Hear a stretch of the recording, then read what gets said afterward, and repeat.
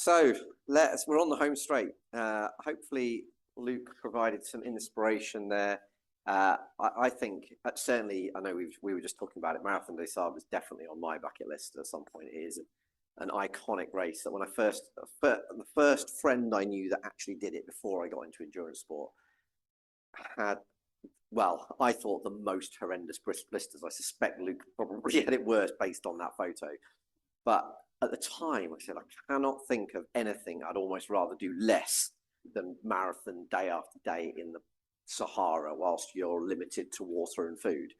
But actually, the more I've learned about it and the more people talk about it, the more I've thought, do you know what, it would be an absolutely incredible experience. So, but ultimately, for me, this coming back to this conversation we had before, the date in the diary is the cherry on the top. But it's what motivates you when it's sitting down in rain and you're thinking, and it's dark and you're like, I'm supposed to go for a run today. It's the thing that gets you out because you go, look, I'm going to struggle to do that, but don't do this today. The training and the fitness and all of that sort of stuff is the stuff that I enjoy. It's the reason I do it. I put the date in the diary to make sure I've got the motivation when it's a bit more difficult. But it is also about the tribe that Luke talked about. And, you know, I swim with guys most 3 days. When I swim, I'm swimming with a gang, go for coffee with them afterwards, but it's fun at the time. I cycle with guys at the weekend. I don't run with people typically, although I would choose to if I could make the times work. So it is a social thing as well. So like business, I think endurance sport is also a team sport. So I want to finish off with this one piece. And like I said at the start, with Dave Asprey interviewing so many of the most successful people on the planet, he actually put the last chapter of his book out because it was the most common theme and thread that he kept coming back to was around empathy and the impact of empathy. And if you listen to Jay Shetty, I know you've read that, what is it called? Think Like a Monk. Again, he has one of the final chapters in that book is about the power of gratitude, and it's actually in that book that he references some doctor somewhere, I can't remember who it was, that says if they actually used it as thankfulness. Yes, I think they termed it as thankfulness. But if thankfulness was a drug, it would be the best performing drug on the market in pretty much every sector.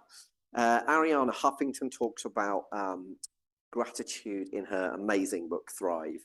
So Arianna Huffington, for those of you that don't know, founded the Huffington Post, which was really the first online newspaper.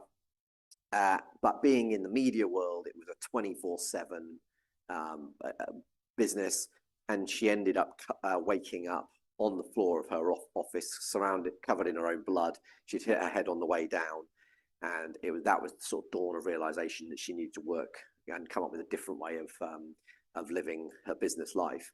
And one of the key things in that book, Thrive, is her focus on gratitude, and particularly in the evenings. She would sit there and write down 3 things that she was grateful for each evening as part of the way that she rebalanced her life. Tony Robbins talks about gratitude a huge amount. So he talks about his morning routine.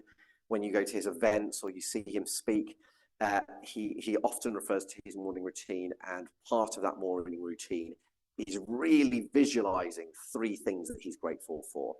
And that he calls it his priming routine. And that really just sets him up for an amazingly successful day. But he tries to really kind of create that visualization as vividly and with as much detail as possible. And he says it should only need to last 3 minutes, but actually sometimes he'll spend 15 minutes doing it because he's enjoying being in that gratitude feeling so much. But one of the reasons that they say, so Tony in particular says that one of the reasons why gratitude is so powerful is you can't, while you're feeling grateful, you cannot feel anger. It's impossible to have those feelings at the same time. So if you force yourself to bring awareness to your gratitude, it has to replace those negative feelings. There's also a brilliant book on this called The Resilience Project by Hugh Van Dukenberg, who is an Aussie teacher.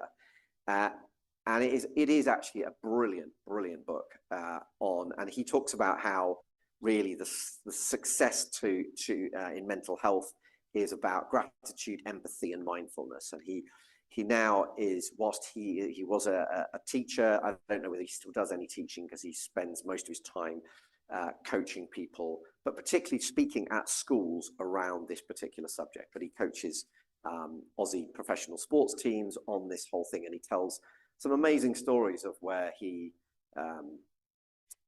been in like the top rugby league team, and he's doing a talk, and he's got the guy at the back that's sitting there cross-armed going, what on earth am I listening to here? And of course, at the end of his talk, he's the one that's queuing up to speak to him about his own mental health. So why is gratitude so important? Well, firstly, it's one of the best ways to improve your mental health and reduce depression. There's so many scientific studies to show the impact of focusing on gratitude to your mental health.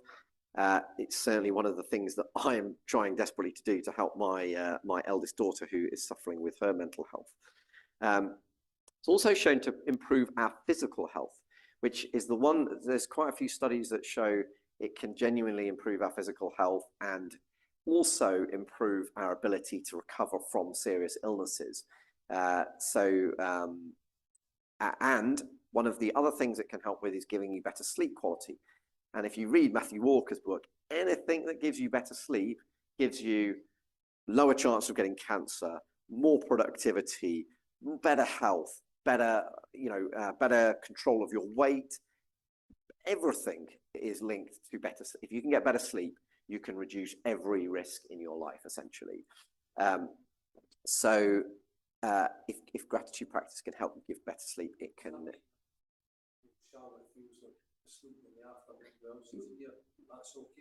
I've actually told the team. Yeah. Well, we've now got this soft room. We've got the soft room on the top floor. I've actually talked to them about having a nap after lunch. But on this tip, that's why I don't work 8 to 4, because I know after 4 o'clock I'm to stop. Yeah.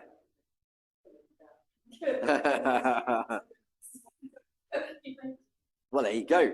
We're designed to be together as a team. And then the final thing is that gratitude practice is a good way of strengthening relationships. So talking about what you're grateful for is a great way of building those relationships stronger. So how can we do this? How can we bring gratitude into our life? Well, there's lots of different ways that we could do this. There's a gratitude journal, and it sounded like what you talked about, Kenny, in terms of doing that sort of every other day. I think just sitting there and writing down what you're grateful for is such a brilliant way of doing it. More like what Tony Robbins did, you could do a gratitude meditation. So this is essentially a meditation, but really focusing on what you're grateful for. Then you could do a gratitude letter. A gratitude letter is where you write to somebody to say, I'm really grateful for this. It comes back to that handwritten letter that we talked about earlier. This would be a really lovely way of creating gratitude. I know that kind of similar to this, Ariana Huffington had a gratitude group on, I can't remember what social network it was, probably it was on Facebook. And so each day they would share the 3 things that they were grateful for. Gratitude visits. I hadn't really thought about this, but this was just going and paying somebody a visit just to say that, so that you're grateful for something. And gratitude in challenges. So I'm going to read this one because this was intriguing. Try to find something to be grateful for in every challenge or difficult situation. So I suppose this comes back to what Tony Robbins says, which is, there's good experiences and learning experiences. But when we have a bad experience, there are always learning opportunities. So how can we sit there and be grateful for that learning opportunity and that what would have otherwise been perceived as a negative experience? One of the ways that we do this is, and one of the ways that I would encourage you to do, is to share gratitude with your family or friends. So at dinner time, we will typically sit there, or if I assume we remember it, at the dinner table, I'll ask all the family, what are you grateful for today? And I'm trying to get 3 things out of them.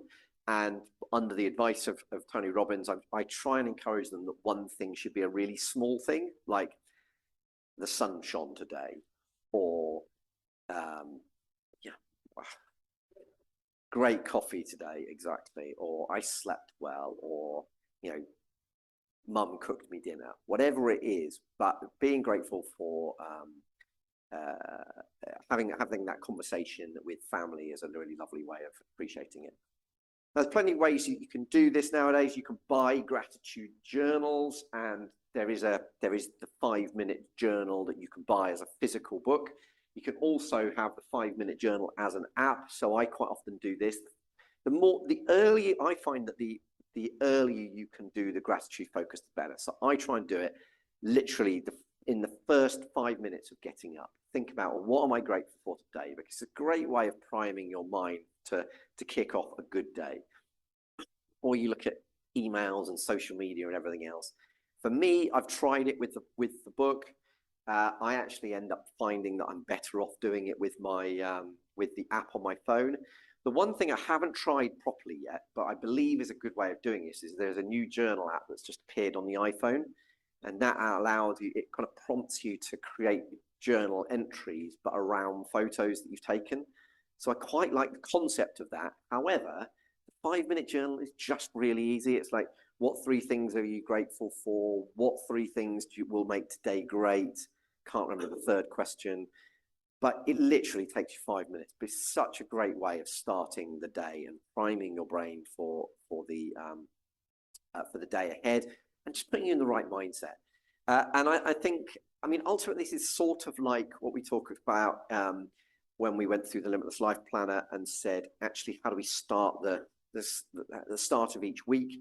We talk about what are the best things that happened over the course of the last week. Essentially, that's reminding you what you're grateful for over the course of that week. So I think there's certainly ways that we can increase our mental well-being by focusing on gratitude at the start of the day through journaling. We can increase our gratitude at meal times with our families. So we can incorporate that into our family experiences. We have at times done this in the business as well, and sat down and gone, well, okay, this week, rather than telling me what the best thing that happened last week is, we can talk about what we're grateful for. It's a really lovely thing to do as a team, because you actually, typically what comes out is people go, do you know, I'm really grateful for the fact that Charlotte did, Charlotte and Sarah were in here yesterday, and they cleaned the whole place, and they got it looking really good for the workshop. And it tends to bring you back to people rather than just the other way. But then the final way is, if you really want to use it to help you sleep well, doing a gratitude journal in the evening is a really lovely thing to do, because that's the best way to clear your mind, get you to sleep well. That's the time you don't want to do it on your phone. Definitely, if you're going to do it in the evening, do it in conversation or in a book. Don't be looking at your phone in the evening for that.